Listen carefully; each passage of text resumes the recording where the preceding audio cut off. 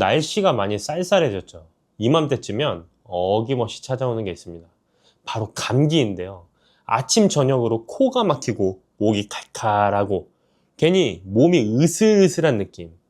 혹시 요즘 이런 증상 있으신 분들 계신가요? 제가 오늘 소개드릴 과일 하나가 있습니다. 겉모양은 솔직히 좀 못생겼어요. 울퉁불퉁하고 꼭지 부분이 봉긋 솟아 있어서 처음 보시는 분들은 이게 뭐지? 하실 수도 있습니다. 그런데 이 못생긴 과일이요, 병원에서도 겨울철이면 꼭 챙겨 드시라고 권하는 과일 중에 하나입니다. 바로 한라봉이에요. 한라봉이라는 이름 어디서 왔는지 아시나요? 꼭지 부분이 봉긋 솟은 모양이 마치 한라산 봉우리를 닮았다고 해서 붙여진 이름입니다. 제주도의 상징인 한라산 이름을 그대로 가져온 거죠. 그래서 한라봉은 제주도의 대표 특산물로 자리 잡았습니다. 그런데 이 한라봉이요, 그냥 맛있는 과일이 아니라 농촌진흥청 국립원예특작과학원의 연구 결과에 따르면 한라봉 한 개에는 일반 감귤 2~3개 분량의 비타민C가 들어있다고 합니다. 한라봉 하나만 드셔도 하루에 필요한 비타민C의 절반 이상을 채울 수 있다는 뜻이에요. 그래서 한라봉에는 별명이 있습니다. 바로 비타민의 결정체. 이 별명이 괜히 붙은 게 아니에요. 오늘 이 한라봉에 대해서 제대로 한번 파헤쳐 보려고 합니다. 한라봉이 우리 몸에 어떻게 좋은지, 특히 어르신들 건강에 왜 도움이 되는지 하나하나 말씀드릴 거고요. 한라봉과 함께 드시면 그야말로 보약이 되는 음식들도 알려드릴 겁니다. 브로콜리랑 같이 드시면 왜 좋은지, 고기 드실 때 한라봉을 곁들이면 어떤 효과가 있는지, 이런 것들이요. 그런데요, 좋은 것만 있는 건 아닙니다. 한라봉도 잘못 드시면 오히려 몸에 부담이 될 수 있어요. 특히 당뇨가 있으신 분들, 신장이 안 좋으신 분들은 주의하셔야 할 부분이 있습니다. 이 부분도 꼭 짚어드릴게요. 그리고 마지막에는 좋은 한라봉 고르는 법, 맛있게 드시는 방법까지 알려드리겠습니다. 끝까지 함께 해주세요. 나이가 들면 가장 먼저 느끼는 변화가 뭘까요? 아침에 일어났을 때 괜히 몸이 무겁고 예전 같지 않다는 느낌? 조금만 움직여도 피로가 쉽게 쌓이고 회복도 더딘 것 같고요. 특히 겨울철에는 감기도 자주 걸리고 한 번 걸리면 낫는데도 오래 걸리죠. 눈도 예전 같지 않습니다. 스마트폰 글씨가 잘 안 보여서 팔을 쭉 뻗어 보게 되고 TV 자막도 흐릿하게 느껴지고요. 눈이 뻑뻑하고 건조한 느낌도 자주 드시죠? 혈관 건강도 걱정입니다. 콜레스테롤 수치가 높다는 얘기를 들으셨거나 혈압약을 드시는 분들도 계실 거예요. 혈관에 기름기가 쌓이면 동맥경화나 뇌졸중 같은 무서운 병으로 이어질 수 있다는 거 다들 아시잖아요. 피부도 마찬가지입니다. 탄력이 떨어지고 잔주름이 늘어나고 기미나 잡티도 점점 짙어지죠. 거울을 볼 때마다 한숨이 나오신다는 분들도 계실 겁니다. 장 건강은 어떠세요? 변비 때문에 고생하시는 분들 정말 많습니다. 아침마다 화장실에 끙끙대다 보면 하루 종일 기분이 찝찝하죠. 속이 더부룩하고 답답한 느낌, 이것도 삶의 질을 많이 떨어뜨립니다. 이런 증상들 그냥 나이 탓이겠거니 하고 넘기기 쉽습니다. 하지만 이게 계속 쌓이면 더 큰 문제로 이어질 수 있어요. 면역력이 떨어지면 감기가 폐렴으로 번질 수도 있고, 혈관 건강이 나빠지면 심혈관 질환의 위험이 커지죠. 그렇다면 왜 이런 증상들이 생기는 걸까요? 우리 몸은 나이가 들면서 여러 가지 변화를 겪습니다. 먼저 면역력부터 살펴볼게요. 대한면역학회 설명에 따르면 나이가 들수록 면역세포의 기능이 저하된다고 합니다. 젊었을 때는 바이러스가 들어와도 면역세포가 빠르게 대응해서 물리쳤는데 나이가 들면 이 반응 속도가 느려지는 거예요. 그래서 감기에도 더 잘 걸리고 한 번 걸리면 낫는데도 오래 걸리는 겁니다. 피로가 쉽게 쌓이는 것도 이유가 있습니다. 우리 몸에는 에너지를 만들어내는 과정이 있는데 이 과정에서 젖산이라는 피로물질이 생깁니다. 젊었을 때는 이 젖산이 빨리 분해되는데 나이가 들면 분해 속도가 느려져요. 그래서 조금만 움직여도 피로가 쌓이고 회복도 더딘 겁니다. 눈 건강이 나빠지는 것도 마찬가지입니다. 대한안과학회에서 발표한 자료를 보면 40대 이후부터 눈의 수정체 탄력이 떨어지기 시작한다고 해요. 그래서 가까운 것이 잘 안 보이는 노안이 오는 거죠. 여기에 비타민 A가 부족하면 안구건조증이나 야맹증까지 생길 수 있습니다. 혈관 건강은 더 심각합니다. 질병관리청 통계에 따르면 60대 이상 어르신 중에 절반 가까이가 고혈압이나 고지혈증을 갖고 계신다고 합니다. 나이가 들면 혈관벽에 콜레스테롤이 쌓이기 쉬워지고 혈관이 딱딱해지면서 동맥경화로 이어질 수 있어요. 피부 노화의 주범은 활성산소입니다. 활성산소가 피부 세포를 공격하면 콜라겐이 파괴되고 탄력이 떨어지면서 주름이 생기는 거예요. 여기에 자외선 노출까지 더해지면 기미나 잡티도 짙어지죠. 장 건강이 나빠지는 건 장 운동이 느려지기 때문입니다. 나이가 들면 장의 연동 운동이 약해지고 여기에 수분 섭취가 부족하거나 식이섬유를 충분히 못 드시면 변비가 생기는 거예요. 이렇게 보니까 참 복잡하죠? 노화에다가 생활습관까지 여러 원인이 복합적으로 작용하면서 문제가 생기는 겁니다. 그런데요, 이런 여러 문제들에 도움을 줄 수 있는 과일이 있습니다. 바로 오늘의 주인공 한라봉이에요. 한라봉에는 비타민C, 구연산, 헤스페리딘, 카로티노이드 같은 성분들이 풍부하게 들어있거든요. 지금부터 이 성분들이 우리 몸에 어떻게 좋은지 하나씩 살펴보겠습니다. 첫 번째, 면역 강화와 감기 예방입니다. 한라봉에는 비타민C가 100g당 53mg이 들어있습니다. 이게 어느 정도냐면요, 일반 감귤이 36mg이니까 한라봉이 약 1.5배 많은 거예요. 농촌진흥청 자료에 따르면 한라봉 한 개면 하루 비타민C 권장량의 절반 이상을 충족할 수 있다고 합니다. 비타민C는 면역세포의 활동을 도와줍니다. 백혈구가 바이러스와 싸울 때 비타민C가 필요하거든요. 그래서 비타민C가 충분하면 감기에 덜 걸리고 걸려도 빨리 낫는 거예요. 특히 면역력이 떨어지기 쉬운 겨울철에 어르신들께 한라봉은 정말 좋은 과일입니다. 두 번째는 피로회복 효과입니다. 한라봉의 상큼한 신맛 느껴보셨죠? 이 신맛의 정체가 바로 구연산입니다. 구연산은 우리 몸에서 에너지를 만들어내는 과정에 참여하는데요. 이 과정에서 젖산이라는 피로물질이 쌓이는 걸 막아줍니다. 쉽게 말해서 피로가 덜 쌓이게 해주는 거예요. 구연산에는 또 다른 좋은 점이 있습니다. 칼슘의 체내 흡수율을 높여준다는 거예요. 골다공증이 걱정되시는 분들, 한라봉 드시면 뼈 건강에도 도움이 됩니다. 세 번째, 눈 건강입니다. 한라봉에는 비타민 A도 들어있습니다. 비타민 A는 눈의 피로를 풀어주고 안구건조증을 예방하는 데 도움을 줘요. 대한안과학회에서도 비타민 A가 부족하면 야맹증이나 안구건조증이 생길 수 있다고 경고하고 있습니다. 스마트폰이나 TV를 많이 보시는 분들, 노안이 걱정되시는 분들께 한라봉이 도움이 됩니다. 네 번째, 혈관 건강입니다. 이 부분은 특히 중요해요. 한라봉을 드실 때 속껍질 있잖아요. 하얀 실 같은 부분이요. 이걸 벗겨내고 드시는 분들이 많으시죠? 그런데 이 속껍질에 아주 귀한 성분이 들어있습니다. 바로 헤스페리딘이라는 성분인데요. 비타민 P라고도 불립니다. 한국식품영양과학회에서 연구에 따르면 헤스페리딘은 혈중 나쁜 콜레스테롤 수치를 낮춰주고 혈관에 지방이 쌓이는 걸 막아준다고 합니다. 모세혈관을 튼튼하게 해주고 혈액순환도 개선해줘요. 동맥경화, 뇌졸중, 고지혈증 예방에 도움이 되는 거죠.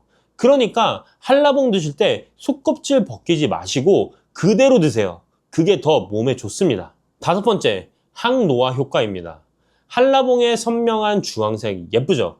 이 색깔의 비밀이 카로티노이드라는 색소 성분입니다. 카로티노이드는 강력한 항산화 작용을 해요. 우리 몸에서 세포를 공격하는 활성산소, 이걸 제거해 주는 겁니다. 활성산소가 줄어들면 세포 손상이 줄어들고 노화도 늦춰줍니다. 한라봉에는 비타민 E도 들어있어서 피부 노화를 막는 데도 도움이 돼요. 피부 탄력이 떨어지고 주름이 늘어나는 게 걱정이시라면 한라봉을 꾸준히 드셔보세요. 여섯 번째, 피부 미용 효과입니다. 아까 말씀드린 비타민C가 여기서도 활약해요. 비타민C는 콜라겐 생성을 촉진하고 콜라겐은 피부 탄력을 유지하는데 꼭 필요한 단백질이거든요. 비타민C가 충분하면 피부가 탱탱해지는 겁니다. 비타민C는 또 멜라닌 색소가 만들어지는 걸 억제해요. 기미나 잡티가 옅어지고 피부톤이 밝아지는 효과가 있습니다.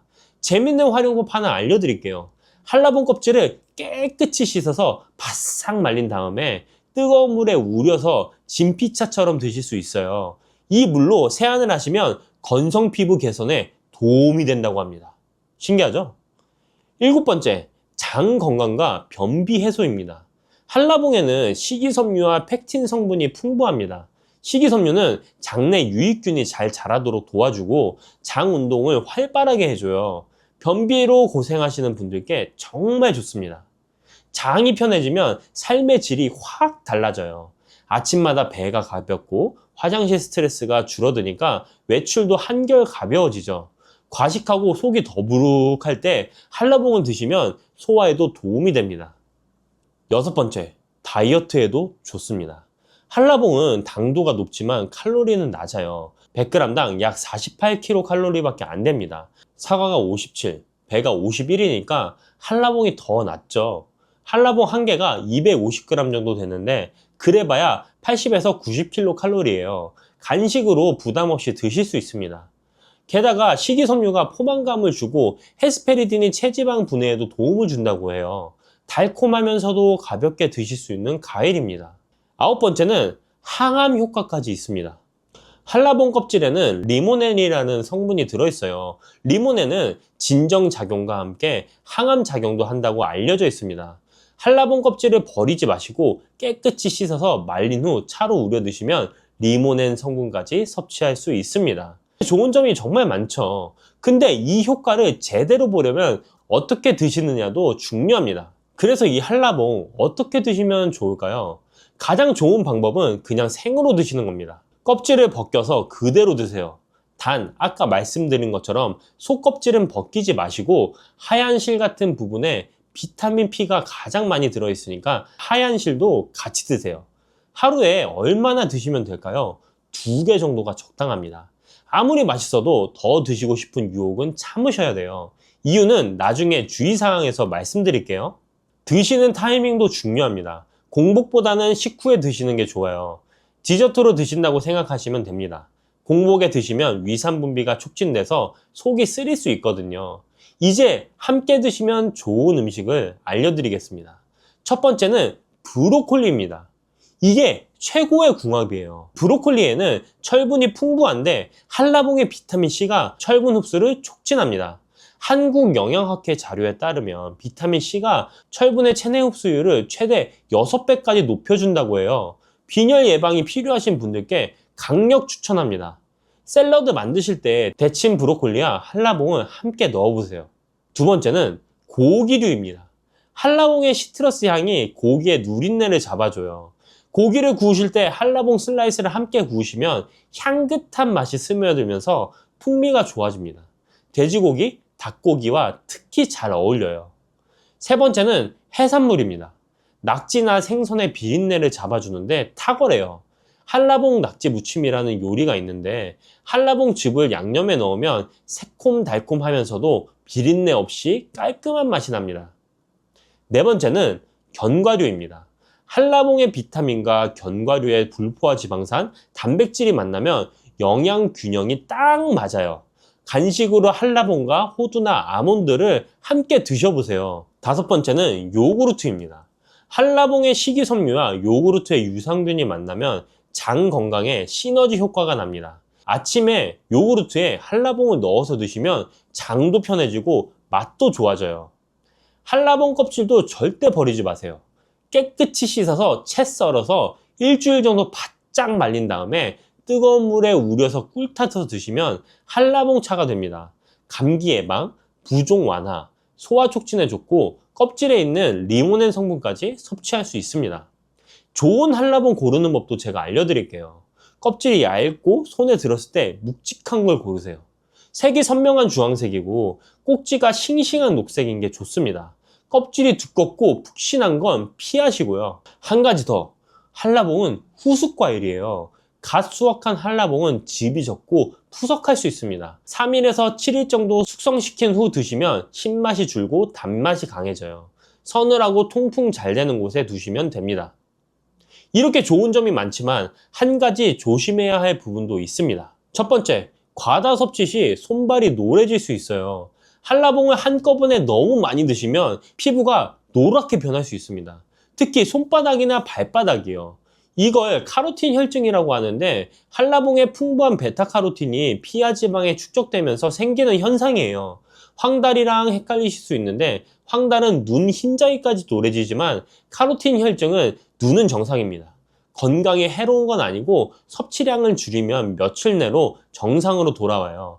하지만 손발이 노래졌다면 너무 많이 드셨다는 신호니까 양을 줄이셔야 합니다. 두 번째, 당뇨병 환자분들은 주의하셔야 해요. 한라봉은 당도가 13에서 16 브릭스로 꽤 높은 편입니다.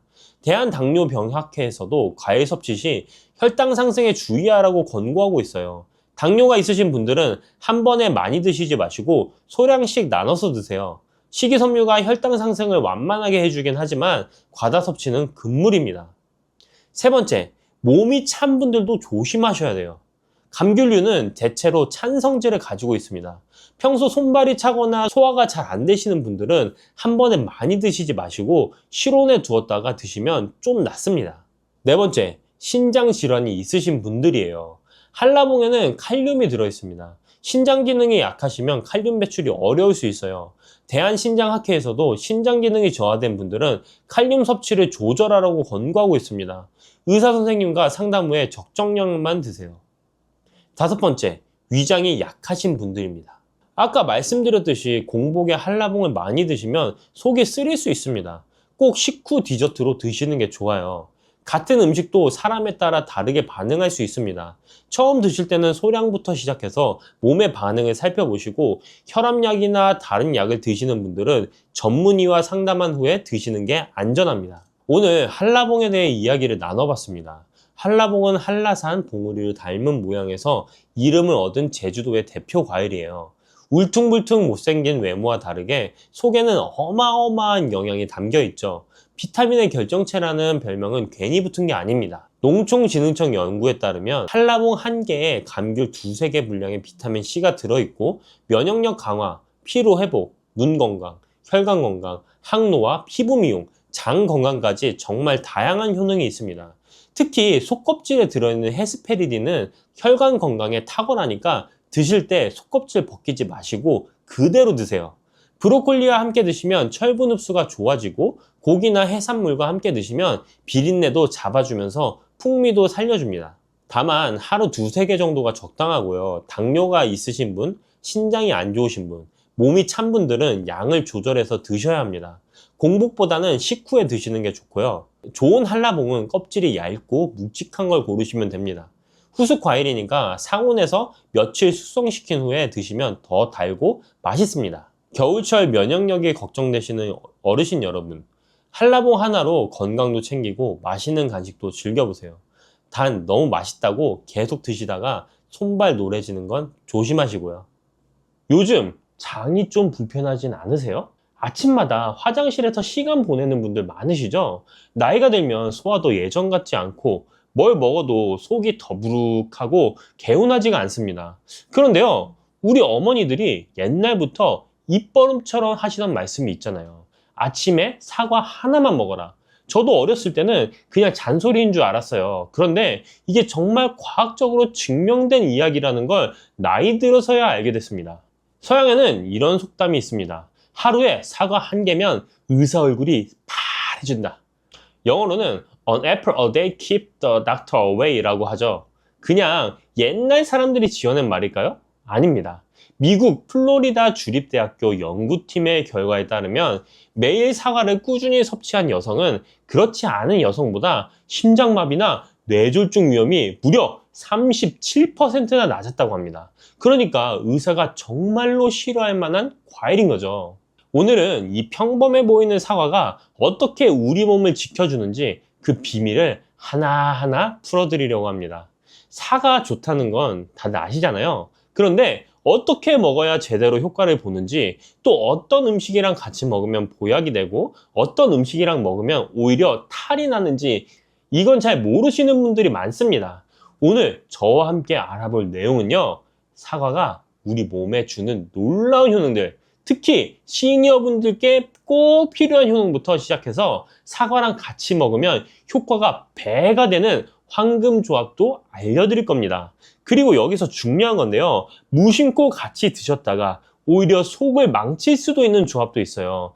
이 부분 꼭 알고 계셔야 합니다. 위장이 약하신 분들, 또 당뇨가 있으신 분들은 사과를 어떻게 드셔야 하는지 안전하고 맛있게 즐기는 방법까지 순서대로 짚어드릴게요. 나이가 들면 참 여러 가지가 불편해집니다. 예전엔 뭘 먹어도 거뜬했는데 요즘은 조금만 과식해도 속이 더부룩하고 변비도 잦아지고요. 아침마다 화장실에서 한참을 앉아있다 나오시는 분들도 계시죠. 장이 불편하면 하루 종일 개운하진 않습니다. 배에 가스가 차고 뭔가 막힌 것 같은 느낌, 외출하기도 꺼려지고 괜히 움직이기도 싫어지죠. 그냥 나이 탓이겠거니 하고 넘기기 쉬운데요. 이게 계속되면 문제가 커집니다. 변비가 만성이 되면 장 건강만 나빠지는 게 아니에요. 온몸에 독소가 쌓이고 피부도 푸석해지고 면역력도 떨어집니다. 심하면 대장 질환으로 이어질 수도 있고요. 혈압이나 혈관 건강도 마찬가지입니다.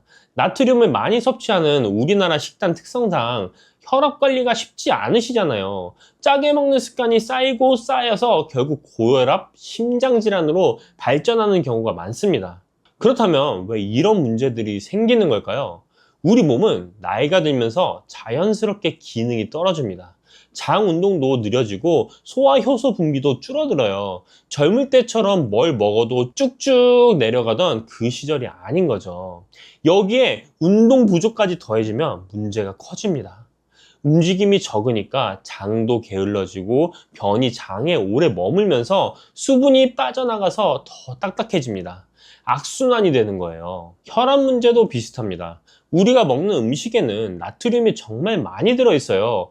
국, 찌개, 김치, 젓갈, 맛있는 건 다 짜죠. 이 나트륨이 체내에 쌓이면 혈압이 올라가고 혈관에 부담을 주게 됩니다. 문제는 나이가 들수록 이 나트륨을 배출하는 능력도 떨어진다는 거예요. 이렇게 노화와 생활습관, 식습관이 복합적으로 작용하면서 우리 몸 여기저기에 문제가 생기는 겁니다. 그런데요, 이런 문제들을 한 번에 도와줄 수 있는 과일이 있습니다. 바로 사과예요. 사과에는 펙틴이라는 식이섬유와 칼륨, 그리고 폴리페놀 같은 항산화 물질이 풍부하거든요. 사과가 왜 몸에 좋은지 하나씩 자세히 말씀드릴게요. 첫 번째는 장 건강입니다. 사과에는 펙틴이라는 수용성 식이섬유가 풍부해요.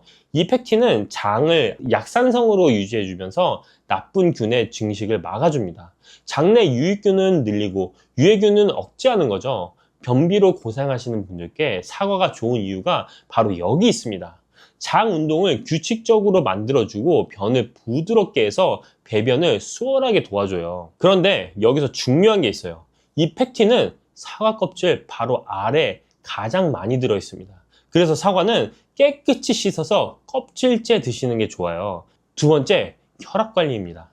사과에 들어있는 칼륨 성분이 체내 나트륨 배출을 도와줍니다. 우리가 짜게 먹은 음식들, 그 염분을 몸 밖으로 빼주는 거예요. 한국식품영양과학회의 연구에 따르면 사과에 함유된 칼륨은 다른 과일에 비해 상당히 높은 수준이라고 합니다. 혈압이 걱정되시는 분들께 사과가 좋은 이유죠. 세 번째, 심혈관 건강입니다. 앞서 말씀드린 플로리다 주립대학교 연구팀의 결과 기억나시죠?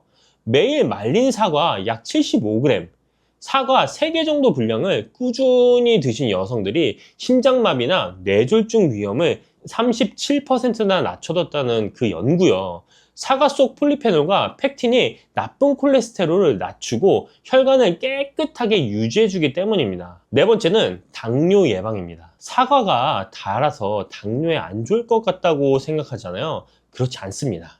여러 연구에 따르면 사과에 들어있는 폴리페놀 덕분에 제2형 당뇨병 위험이 18%나 감소했다고 해요. 일주일에 한 번만 사과를 드셔도 위험이 3% 줄어든다는 연구 결과도 있습니다. 사과는 달콤하지만 칼로리가 낮아요. 100g당 56칼로리밖에 안 됩니다. 당뇨 환자분들께도 부담이 적은 과일인 거죠. 다섯 번째, 암 예방 효과입니다. 사과의 붉은 껍질에는 안토시아닌이라는 항산화 물질이 들어있어요. 이 성분이 활성산소로부터 세포를 보호하고 종양의 확산을 억제하는 효과가 있습니다. 특히 대장암 예방에 좋다고 알려져 있는데요. 사과의 펙틴이 대장암을 예방하는 유익한 지방산을 증가시키기 때문입니다. 여섯 번째로 폐 건강입니다. 담배 피우시는 분들, 또 미세먼지 많은 요즘 공기가 걱정되시는 분들께 좋은 소식이에요. 영국의 킹스 대학과 사우스햄튼 대학교 연구 자료에 따르면 일주일에 사과를 2개 정도 드신 분들이 천식 발생 위험을 22에서 23%나 낮출 수 있다고 합니다.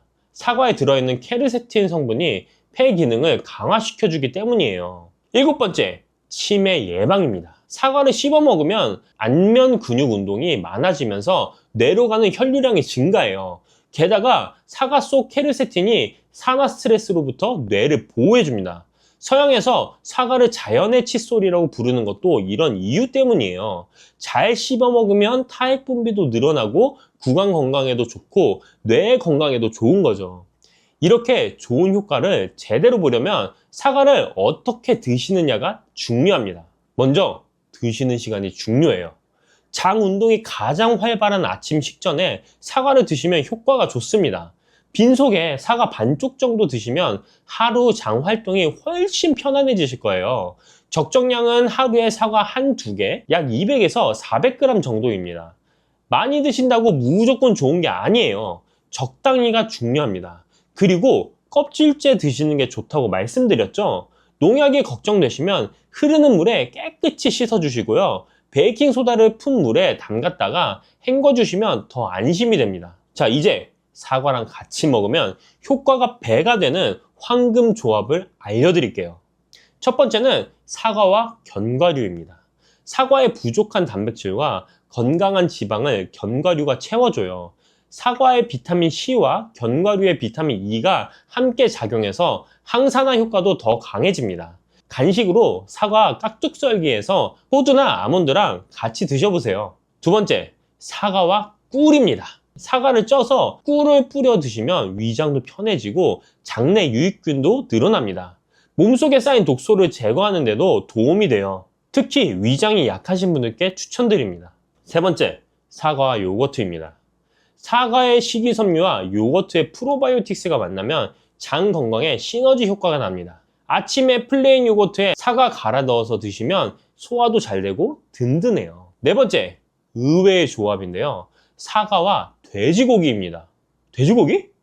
돼지고기 드실 때 사과를 곁들이시면 정말 좋습니다. 돼지고기는 새우젓이나 소금과 함께 드시거나 염분 섭취가 많아지기 쉬운데 사과의 칼륨이 이 염분 배출을 도와줍니다. 돼지고기의 찬 성질을 사과의 따뜻한 성질이 보완해주기도 하고요. 다섯 번째, 사과와 당근입니다. 사과 당근 주스 많이 드시죠? 사과의 달콤 새콤한 맛이 당근 특유의 향을 잡아주고 비타민 A, C, 칼륨, 식이섬유를 한 번에 섭취할 수 있어서 디톡스 효과가 탁월합니다.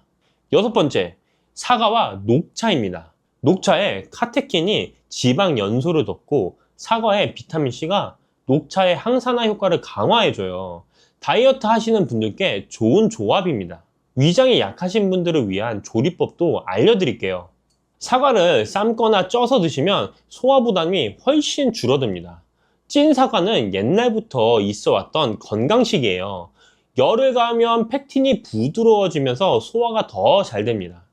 사과 스프도 좋아요. 사과와 양파를 볶아서 갈고 우유와 치즈를 넣어 끓이면 부드럽고 고소한 스프가 됩니다. 속이 편안하면서도 영양가가 높아요. 치아가 불편하신 분들은 사과를 갈아서 주스로 드시거나 사과 콩포트처럼 설탕과 레몬즙을 넣고 졸여서 부드럽게 드시는 방법도 있습니다.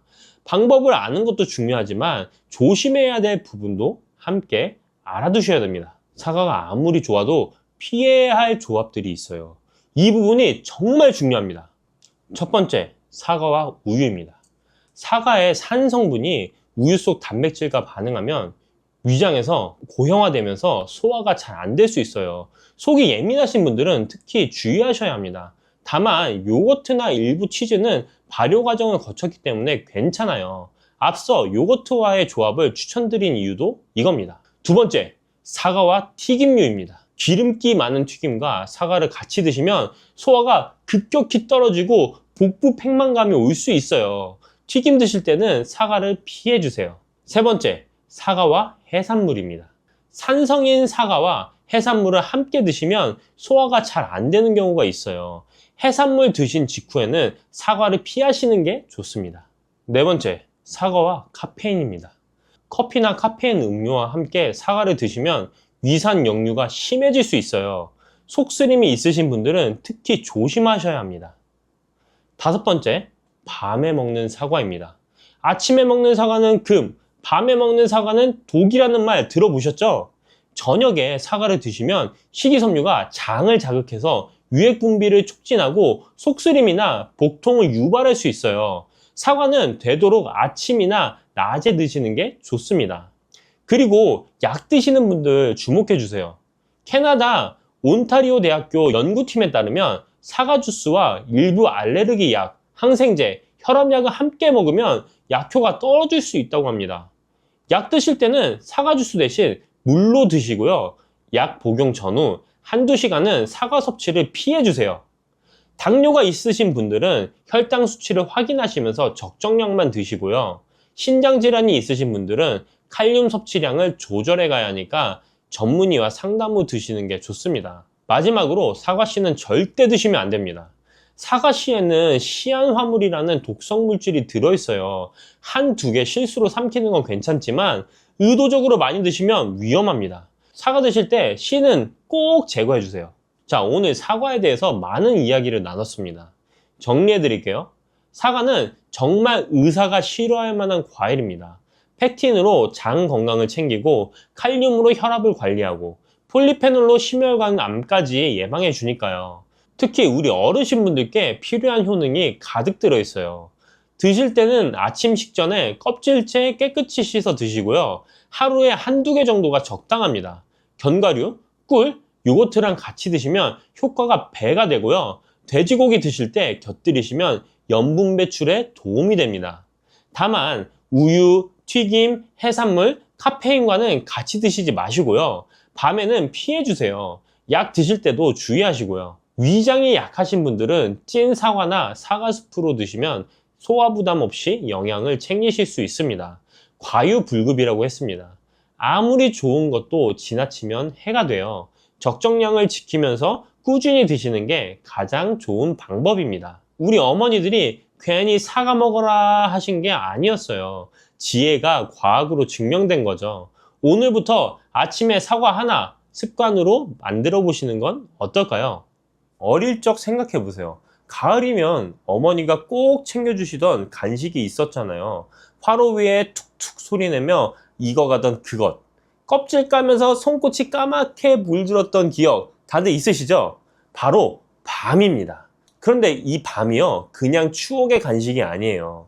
동의보감에서는 밤을 두고 기를 북돋아주고 위와 장을 든든하게 해주며 신기를 보호한다 기록해뒀습니다.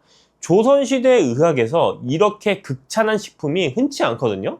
더 놀라운 건 현대과학이에요. 밤에는 탄수화물, 단백질, 지방, 비타민, 무기질이 모두 들어있어서 학계에서는 5대 영양소 완전 식품이라고 부릅니다.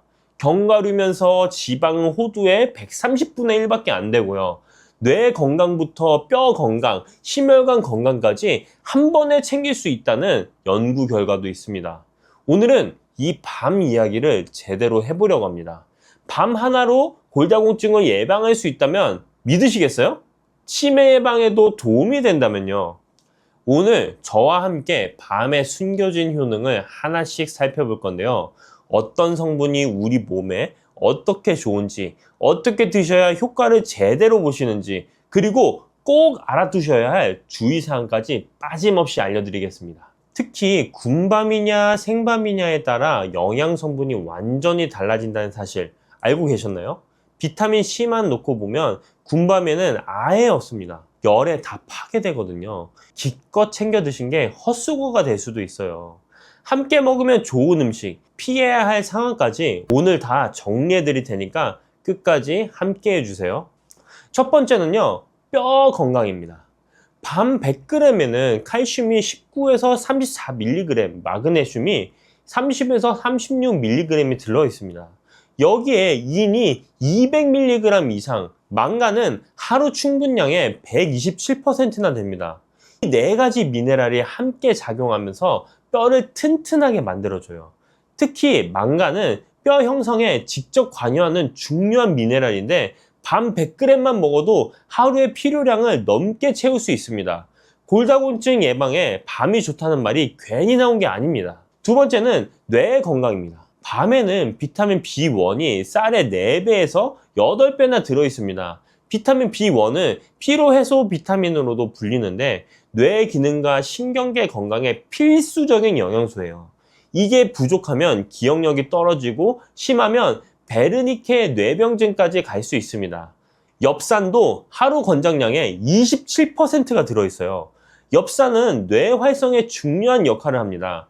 여기에 폴리페놀이라는 항산화 성분은 혈액과 뇌 장벽을 통과해서 뇌를 직접 보호합니다. 알츠하이머병 발병을 늦추는 효과가 있다는 연구 결과도 있습니다. 세 번째, 심혈관 건강입니다. 밤에 들어있는 갈산과 엘라그라산이라는 성분이 있는데요. 연구에 따르면 이 성분들이 심장병 위험을 27%, 뇌졸중 위험을 24% 감소시킨다고 합니다. 오메가3와 오메가6 지방산도 들어있어서 중성지방과 콜레스테롤 수치를 낮추고 동맥경화를 예방하는 데 도움을 줍니다. BMC 메디슨에 발표한 세 번째 명대상 연구에서도 폴리페놀이 풍부한 식단을 먹은 그룹이 심혈관 질환 위험이 유의미하게 낮았다고 나와 있어요. 네 번째, 면역력 강화입니다. 생밤 100g에는 비타민 C가 최대 40mg까지 들어있습니다. 생밤 10개 정도면 하루 비타민 C 필요량을 채울 수 있어요. 비타민 C는 면역력 강화에 필수적인 영양소인데요. 여기에 비타민 B6도 하루 권장량의 33%가 들어있어서 세균과 바이러스로부터 몸을 보호하는 데 도움을 줍니다. 다섯 번째, 소화 건강입니다. 밤은 다른 견과류와 달리 지방 함량이 0.5g 밖에 안 됩니다. 호두가 65g, 아몬드가 50g인 것과 비교하면 압도적으로 낮죠. 그래서 위장이 약한 분들도 부담 없이 드실 수 있습니다. 동의보감에서도 배탈이나 설사가 있을 때 군밤을 천천히 씹어 먹으면 효험이 있다고 기록해뒀습니다. 밤이 천연지사제 역할을 하는 거예요. 여섯 번째로 피로회복입니다. 비타민 B1이 풍부해서 에너지 생성을 촉진하고 근육에 젖산이 쌓이는 것을 막아줍니다. 쉽게 지치시는 분들에게 밤이 좋은 이유가 여기에 있어요. 이 정도면 밤이 왜 완전 영양식품이라고 불리는지 이해가 되시나요? 그런데 이런 효과를 제대로 보려면 어떻게 드시느냐가 중요합니다. 이 밤을 어떻게 드셔야 효과를 제대로 보실 수 있는지 알려드릴게요. 먼저 조리법에 따른 차이를 아셔야 합니다. 비타민 C 섭취가 목적이라면 생밤이나 삶은 밤을 드세요. 군밤은 높은 열로 굽는 과정에서 비타민 C가 전부 파괴됩니다. 반면 삶은 밤은 비타민 C가 그대로 보존돼요. 그런데 군밤이 나쁜 건 아닙니다. 군밤은 단맛이 56%더 강해지고 오메가3는 33%, 식이섬유는 38%나 더 많아져요. 목적에 따라 선택하시면 됩니다. 본초 강목에서는 밤 먹는 방법에 대해 이렇게 기록했어요. 생으로 먹는 게 가장 좋고 그 다음이 구워서 먹는 것, 그 다음이 익혀 먹는 것, 찌는 건 가장 덜 좋다고요. 구울 때는 속까지 완전히 익히지 말고 절반 정도만 익혀야 좋다고 했습니다. 섭취량은 하루 5개에서 6개가 적당합니다. 옛 속담에 밤 3톨만 먹으면 보약이 따로 없다는 말이 있을 정도예요. 소량으로도 충분한 효과를 볼 수 있으니까 욕심내지 마시고 적당히 드세요. 섭취 타이밍도 중요합니다. 아침이나 점심 때 드시는 게 좋아요. 저녁 늦게 드시면 소화에 부담이 갈 수 있거든요. 공복보다는 식후에 간식처럼 드시는 걸 추천드립니다. 함께 먹으면 좋은 음식도 있습니다. 단백질이 필요하시면 두부와 함께 드시고요. 밤밥을 지을 때 두부요리를 곁들이면 영양 균형이 좋아집니다. 시금치나 미역 같은 철분이 풍부한 음식과 함께 드시면 빈혈 예방에도 도움이 되고요. 보관법도 알아두시면 좋습니다. 생밤은 냉장 보관하시고 가급적 빨리 드시는 게 좋습니다. 오래 두면 벌레가 생기거나 맛이 변할 수 있거든요. 장기 보관하시려면 삶아서 냉동하시면 됩니다. 이거는 활용법도 다양합니다. 밤밥, 밤죽, 밤조림 같은 전통 음식도 좋고 샐러드에 넣어 드셔도 맛있어요. 치아가 불편하신 분들은 밤죽이나 밤스프 형태로 드시면 부담이 적습니다.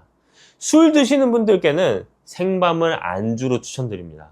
생밤의 비타민C가 아세트알데히드 생성을 억제하고 알코올 산화를 촉진해서 숙취 해소에도 도움이 됩니다. 단, 군밤은 비타민C가 없으니까 숙취 해소 효과를 기대하기 어렵습니다. 이렇게 좋은 밤이지만 주의하셔야 할 부분도 있습니다.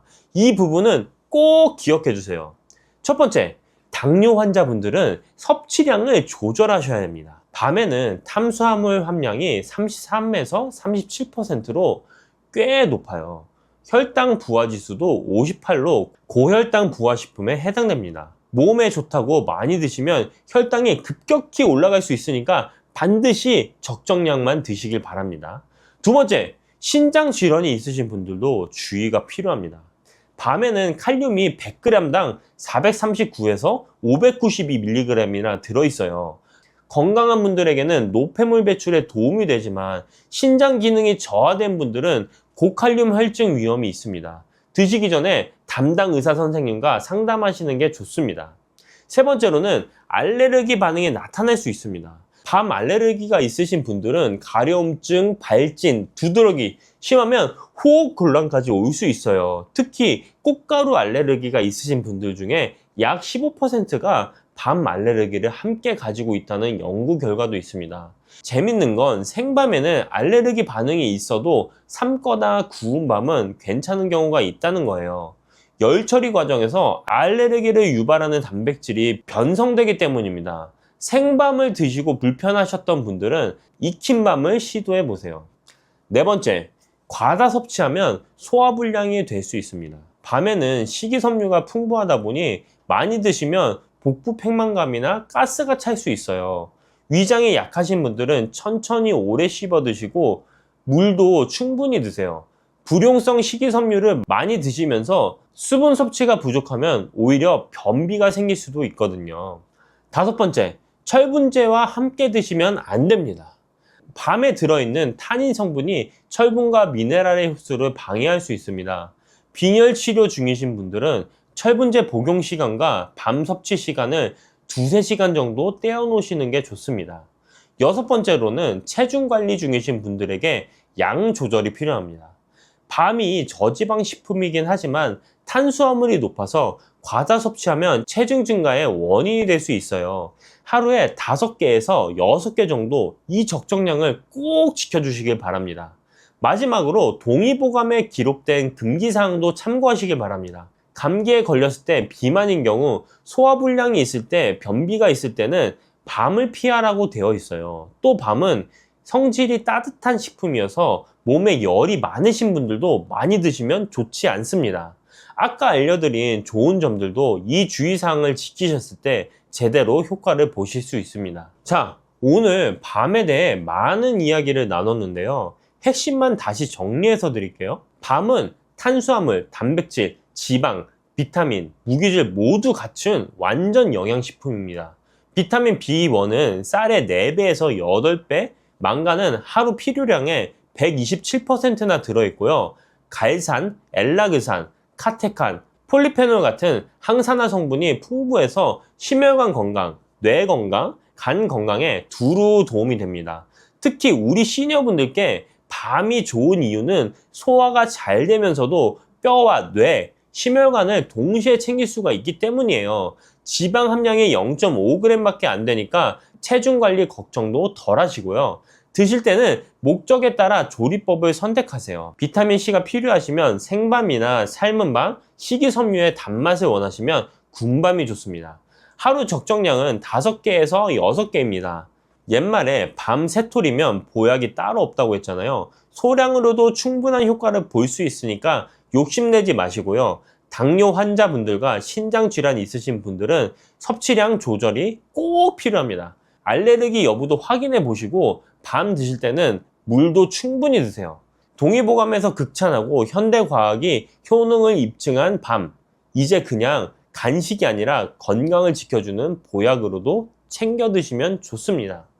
가을 지나도 밤은 언제든 구하실 수 있으니까요. 오늘부터 식탁에 밤 한 그릇 올려놓으시는 건 어떨까요? 요즘 깜빡깜빡 하는 일이 부쩍 늘지 않으셨나요? 분명 뭘 하려고 방에 들어왔는데 막상 들어오니까 뭘 하려고 했는지 기억이 안 나는 거예요. 아, 뭐였더라? 한참을 서 있다가 다시 나오고, 이런 경험들 한두 번이 아니시죠? 그런데요, 이런 분들에게 아주 반가운 소식이 있습니다. 올해 초 미국에서 발표된 연구 결과가 있는데요. 어떤 과일을 꾸준히 드시는 분들의 기억력 테스트했는데 성적이 올라갔다는 겁니다. 그것도 50대, 60대 분들이요. 그 과일이 뭐냐고요? 바로 딸기입니다. 네, 우리가 흔히 먹는 그 딸기요. 빨갛고 새콤달콤한 그 딸기가 사실은 머리를 맑게 해주는 아주 특별한 과일이었던 겁니다.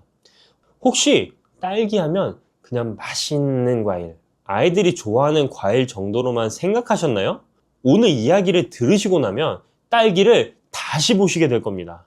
오늘은 딸기 이야기를 좀 깊이 해보려고 합니다. 딸기가 우리 몸에 어떻게 좋은지, 특히 나이 드신 분들께 왜 더 좋은지, 그 과학적인 이유부터 차근차근 알려드릴게요. 그리고요, 딸기와 함께 드시면 정말 궁합이 잘 맞는 음식이 있습니다. 이걸 같이 드시면 뼈 건강까지 챙길 수 있어요. 골다공증 걱정되시는 분들, 이 조합 꼭 기억해 주세요. 반대로 딸기랑 절대 같이 드시면 안 되는 것도 있습니다. 많은 분들이 습관처럼 하시는 건데 이게 딸기의 좋은 성분을 오히려 방해한다고 해요. 이것도 꼭 짚어드릴게요. 그리고 딸기 드실 때 꼭 조심하셔야 할 분들이 계세요.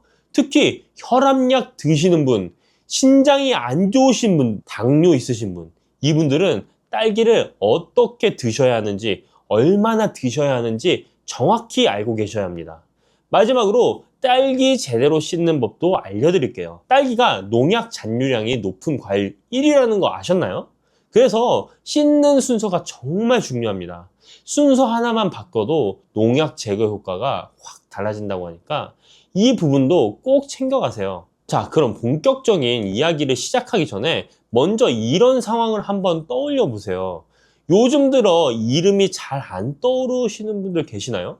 분명히 아는 사람인데 이름이 혀끝에서 맴돌아요. 그 사람 있잖아. 그 뭐더라?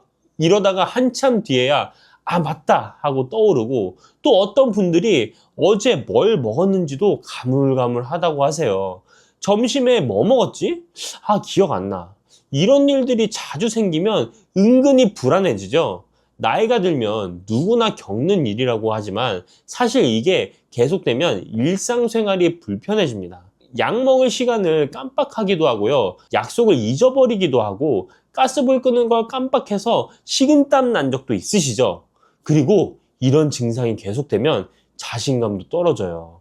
괜히 위축되고 사람 만나는 것도 꺼려지고 혹시 나도 치매 아닌가 하는 걱정까지 드시는 분도 계시더라고요. 여기에 혈압까지 높으신 분들은 걱정이 배가 됩니다. 고혈압이 오래되면 뇌혈관에도 영향을 준다고 하니까요. 머리가 자주 띵하고 어지럽기도 하고, 이런 증상들 그냥 나이 탓이겠거니 하고 넘기기 쉽습니다.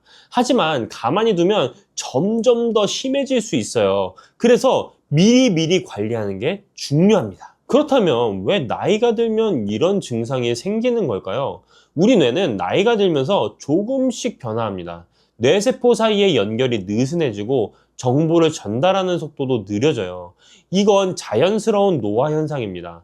그런데 문제는 여기서 활성산소라는 녀석이 끼어든다는 겁니다. 활성산소는 우리가 숨쉬고 음식을 소화하는 과정에서 자연스럽게 생기는 물질인데요. 젊을 때는 몸에서 이걸 잘 처리합니다. 그런데 나이가 들면 이 활성산소를 처리하는 능력이 떨어져요. 그러면 활성산소가 뇌세포를 공격합니다. 세포막을 손상시키고 세포 안에 중요한 물질들을 망가뜨려요. 이렇게 쌓이고 쌓이면 기억력이 떨어지고 인지 기능이 저하되는 겁니다. 혈관도 마찬가지예요. 활성산소가 혈관벽을 손상시키면 혈관이 딱딱해지고 혈압이 올라갑니다. 뇌로 가는 혈류도 원활하지 않게 되고요. 여기에 식습관까지 안 좋으면 문제가 더 커집니다. 채소나 과일을 잘 안 드시고 기름진 음식을 많이 드시면 몸속 염증이 늘어나요. 이 염증도 뇌 건강에 안 좋습니다. 결국 노화 자체를 막을 수는 없지만 활성산소를 잡아주고 염증을 줄여주는 음식을 잘 챙겨 드시면 뇌 건강을 지키는 데 도움이 됩니다. 이 역할을 아주 잘 해주는 과일이 있어요. 네, 오늘의 주인공 딸기입니다. 딸기가 뇌 건강에 좋다는 건 그냥 하는 말이 아닙니다. 올해 발표된 연구 결과가 이걸 과학적으로 증명했거든요. 2025년 3월, 바로 작년이죠. 미국 샌디에고 주립학교 연구팀이 국제학술지에 발표한 연구가 있습니다.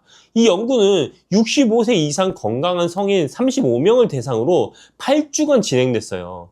참가자들은 매일 동결건조 딸기 분말을 섭취했는데요. 이게 신선한 딸기로 치면 하루에 320g 정도 되는 양입니다.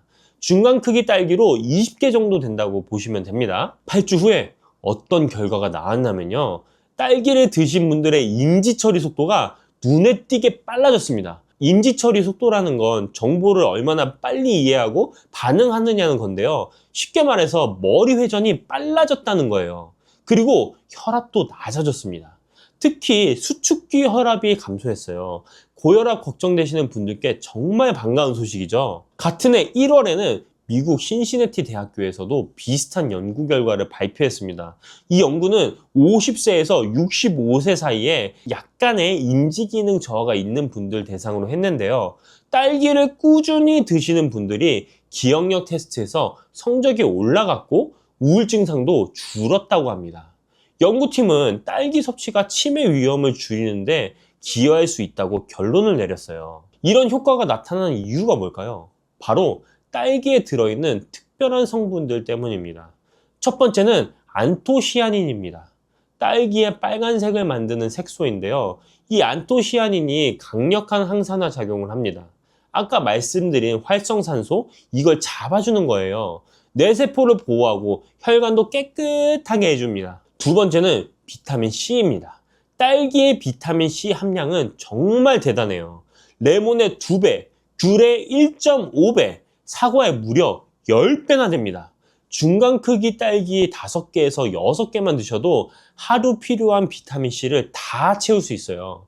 비타민C도 강력한 항산화제입니다. 면역력을 높여주고 피부 건강에도 좋고요. 스트레스 받을 때 체내에서 비타민C가 많이 소모되는데 딸기로 이걸 보충할 수 있습니다. 세 번째는 엘라그산이라는 성분입니다.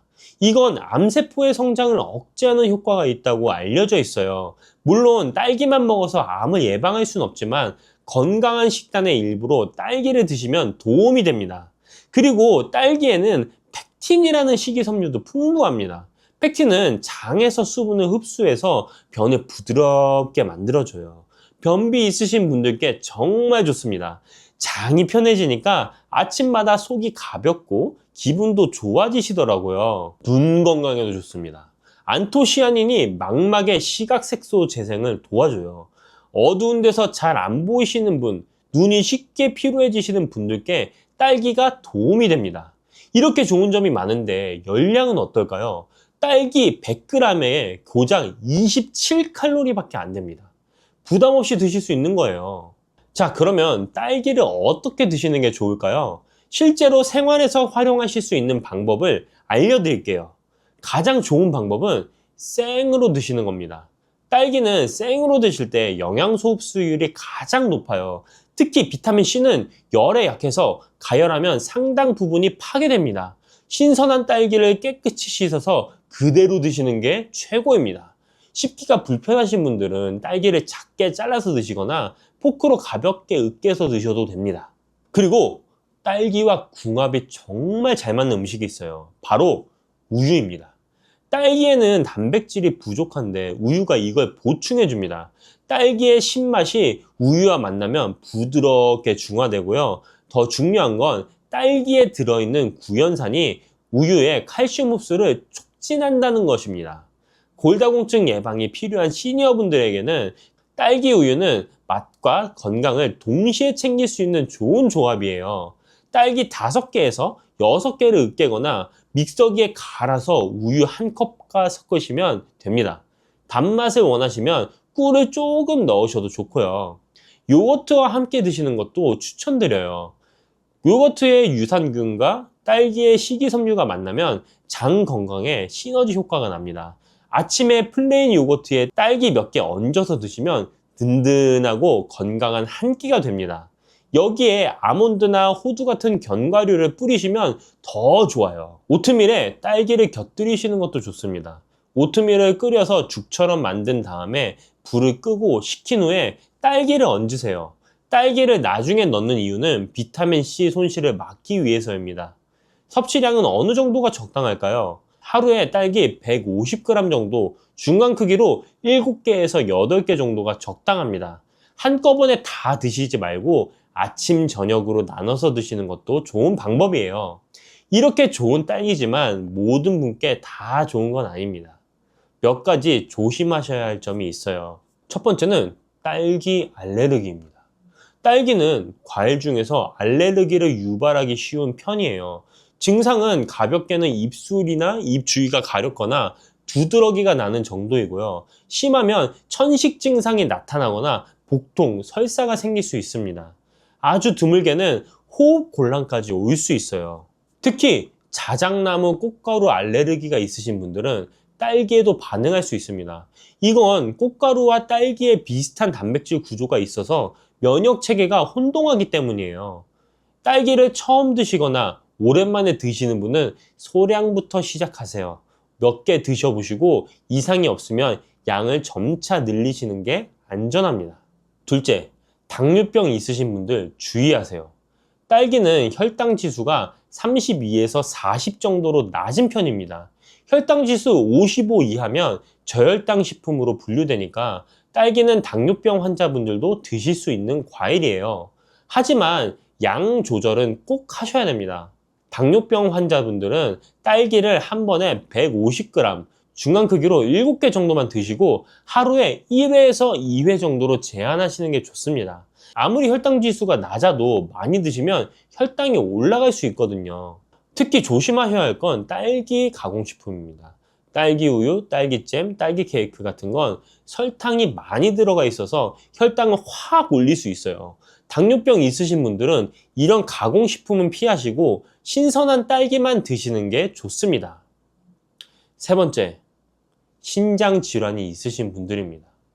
딸기에는 칼륨이 들어있습니다. 건강한 분들께는 칼륨이 좋은 영양소예요. 혈압 조절하고 근육 기능에 도움이 되거든요. 그런데 신장 기능이 떨어진 분들은 칼륨을 제대로 배출하지 못합니다. 그래서 혈중 칼륨 농도가 높아질 수 있는데 이게 심장박동에 이상을 일으킬 수 있어요. 신장 질환이 있으신 분들은 딸기 드시기 전에 꼭 담당 의사 선생님과 상담하시기 바랍니다. 네 번째, 딸기랑 같이 드시면 안 되는 게 있습니다. 많은 분들이 딸기에 설탕을 뿌려서 드시는데요. 이건 권장하지 않습니다. 설탕이 체내에서 비타민 B1의 흡수를 방해하거든요. 비타민 B1은 탄수화물 대사와 신경 기능에 중요한 영양소입니다. 딸기 본연의 단맛을 즐기시거나 정 단맛을 더하고 싶으시면 설탕 대신에 꿀을 소량만 사용하세요. 다섯 번째, 농약 문제입니다. 미국 환경연구그룹 조사에 따르면 딸기는 농약 잔류량이 높은 과일 1위입니다. 딸기는 껍질을 벗기지 않고 먹고 표면에 작은 씨앗들이 박혀 있어서 농약이 남기 쉬운 구조예요. 그래서 딸기는 반드시 제대로 씻어서 드셔야 합니다.